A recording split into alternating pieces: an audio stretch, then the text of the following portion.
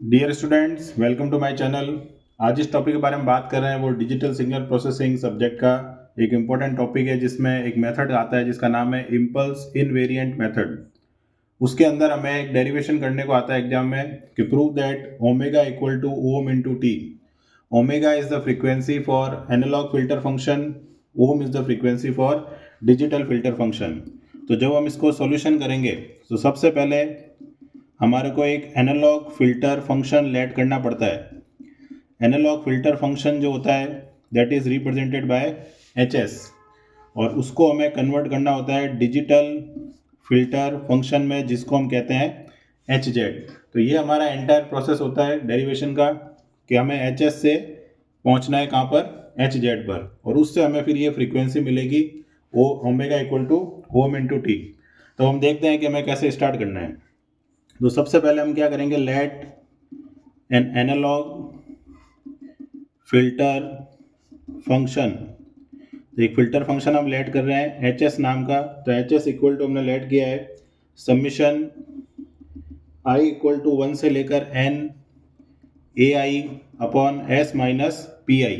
तो आई यहाँ पर क्या हो गया, एक वेरिएबल हो गया जिसकी वैल्यू रेंज कर रही है 1 से लेकर एन तक। ए आई हमारा क्या है, एक कोफिशिएंट है जो कि कांस्टेंट है।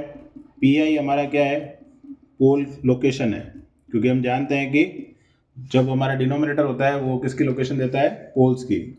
तो यहाँ पर हमने जो फंक्शन लेट किया है वो पहला हमारा इक्वेशन हो गया कि हमने एच एस को लेट कर लिया है। अब सेकेंड स्टेप जो होगा, we will convert into time domain. अब इसको हमें टाइम डोमेन में कन्वर्ट करना है, यानी एच एस से हमें क्या जनरेट करना है, एच ऑफ टी। तो इसके लिए हम क्या लेंगे, इनवर्स लाप्लास, ये हम जानते हैं। तो अब इनवर्स लाप्लास जब लेंगे हम, तो यहाँ पर एक फैक्टर लिखा हुआ है 1 upon S minus P I. It is something like 1 upon S minus A. उसका इनवर्स लाप्लास क्या होता है, E to the power A T. तो इसका इनवर्स लाप्लास क्या हो जाएगा, E to the power P I multiplied by T. तो इक्वेशन नंबर 1 का अगर मैं इनवर्स लाप्लास लेता हूँ तो we are going to get H T is equal to summation I equal to 1 से लेकर एन। ए आई हमेशा कांस्टेंट की तरह रहेगा, ई टू द पावर क्या मल्टीप्लाई में आ जाएगा पी आई टी, और उसके साथ मैंने मल्टीप्लाई किया है यू टी। तो यू टी हमारा क्या कहलाता है, यूनिट स्टेप फंक्शन, जिसका मैग्नीट्यूड हम जानते हैं कि वन लेते हैं अगर मैं यूनिट बोल रहा हूँ तो, और अगर मैं यूनिट नहीं बोलता हूँ तो उसका मैग्नीट्यूड एक एनी कांस्टेंट ए हो सकता है। तो ये हमने उसके साथ क्या कर दिया है, मल्टीप्लाई कर दिया है। अब हमें ये हमारा इक्वेशन नंबर सेकंड आ गया। अब हमें इसको कन्वर्ट करना है इनटू डिजिटल फॉर्म। तो उसके लिए हम जानते हैं कि हम एक मेथड का नाम यूज़ करते हैं जिसका नाम होता है सैम्पलिंग प्रोसेस। तो सैम्पलिंग प्रोसेस में क्या होता है, जहाँ स्मॉल टी लिखा हुआ है वहाँ हम क्या लिख देते हैं, एन टी। तो स्मॉल टी टाइम को रिप्रेजेंट करता है कंटिन्यूस सिग्नल में, एन रिप्रेजेंट करता है टाइम को इन डिजिटल। तो ये है कंटिन्यूस के लिए, और ये टाइम किसके लिए है, डिजिटल के लिए। और ये जो कैपिटल टी है that is called sampling period, जिससे हम कन्वर्ट करते हैं कंटिन्यूस सिग्नल को डिस्क्रीट सिग्नल में। तो इक्वेशन नंबर 2 जो हमारे पास है उसको अगर मैं कन्वर्ट करता हूँ तो हम क्या लिखेंगे, एच ऑफ एन, या हम लिख सकते हैं एच ऑफ एन टी। कभी कभी एन भी लिखा जा सकता है, कभी कभी एन टी भी लिखा जा सकता है। Equal to summation I equal to 1 से लेकर एन।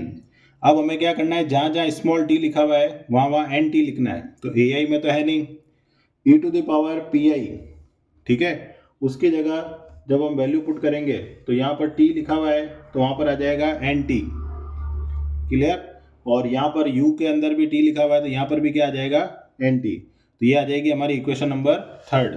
तो हम स्टार्ट हुए थे एनालॉग फिल्टर फंक्शन से, उसको हमने कन्वर्ट किया एच टी में by the help of inverse Laplace.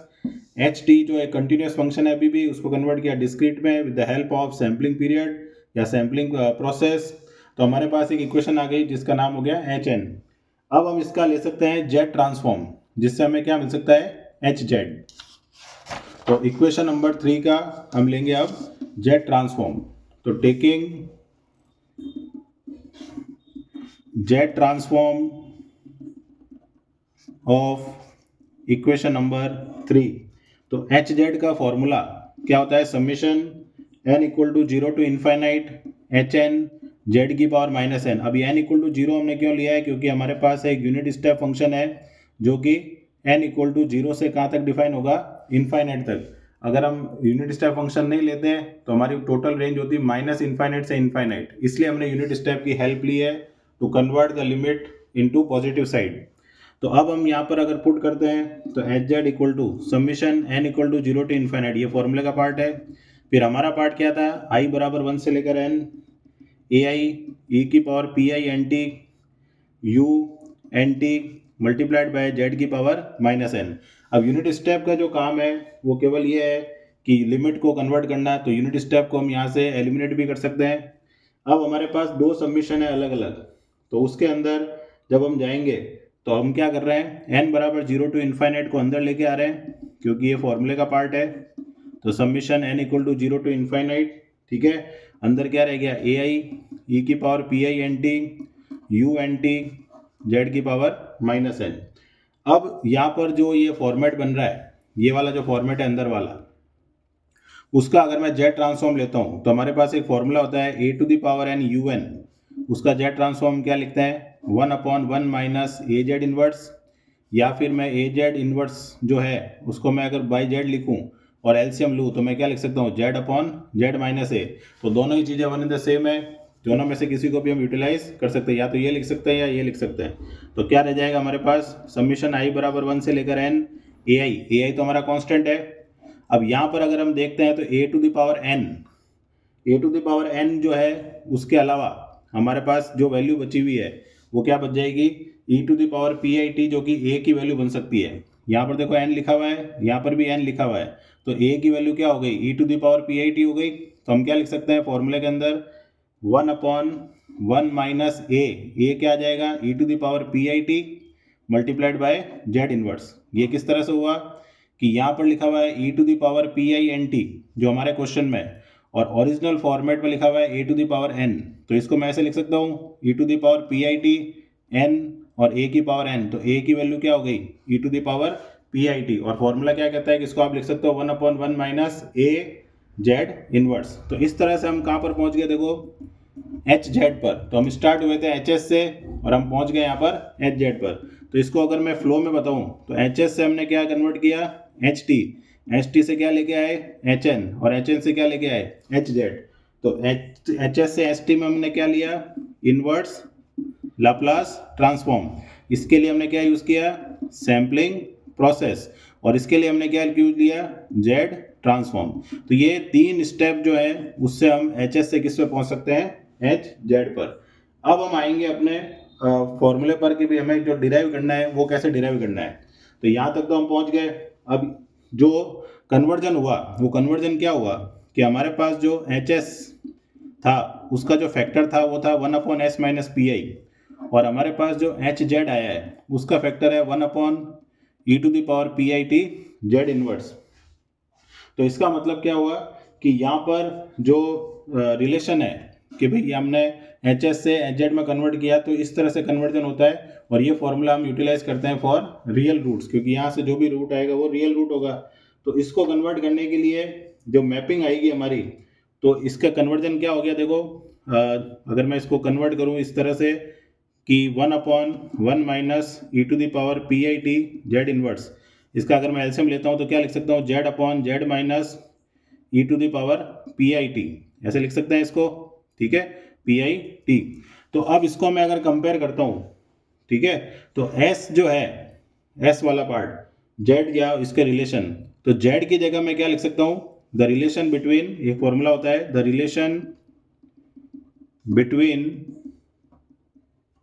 Analogue filter pole and digital filter pole is.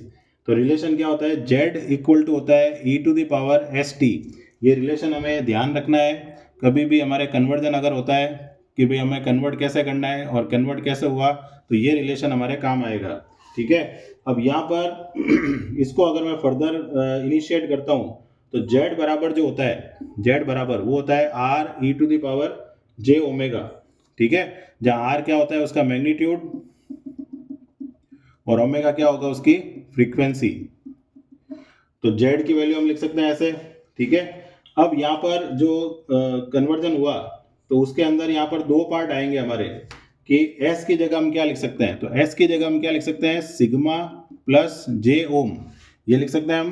तो अब हम क्या लिखेंगे इसको, जो हमारा कन्वर्जन आएगा कि हमारा जो रिलेशन था वो क्या था, z equal to E to the power S T.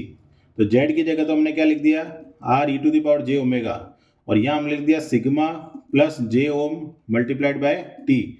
इसमें अगर मैं रियल और इमेजनरी टर्म को अलग अलग करता हूँ तो मैं इसको ऐसे लिख सकता हूँ, r E to the power J omega. दोनों साइड अगर मैं कंपेयर करता हूँ इमेजनरी पार्ट को, इमेजनरी पार्ट, तो हम देख सकते हैं कि यहाँ पर है E to the power J omega और वहाँ पर है E to the power J ओम टी। तो पावर अगर मैं कंपेयर करूँ तो ओमेगा इक्वल टू हमें क्या रिलेशन मिलेगा, ओम इंटू टी, जो कि हमारा आंसर है और हमें उसको प्रूव करना था। तो ये आपके क्वेश्चन एग्जाम में आया हुआ है, तो इसको आप इस तरह से सॉल्व कर सकते हैं। तो मिलते हैं नेक्स्ट वीडियो में, टिल देन गुड बाय।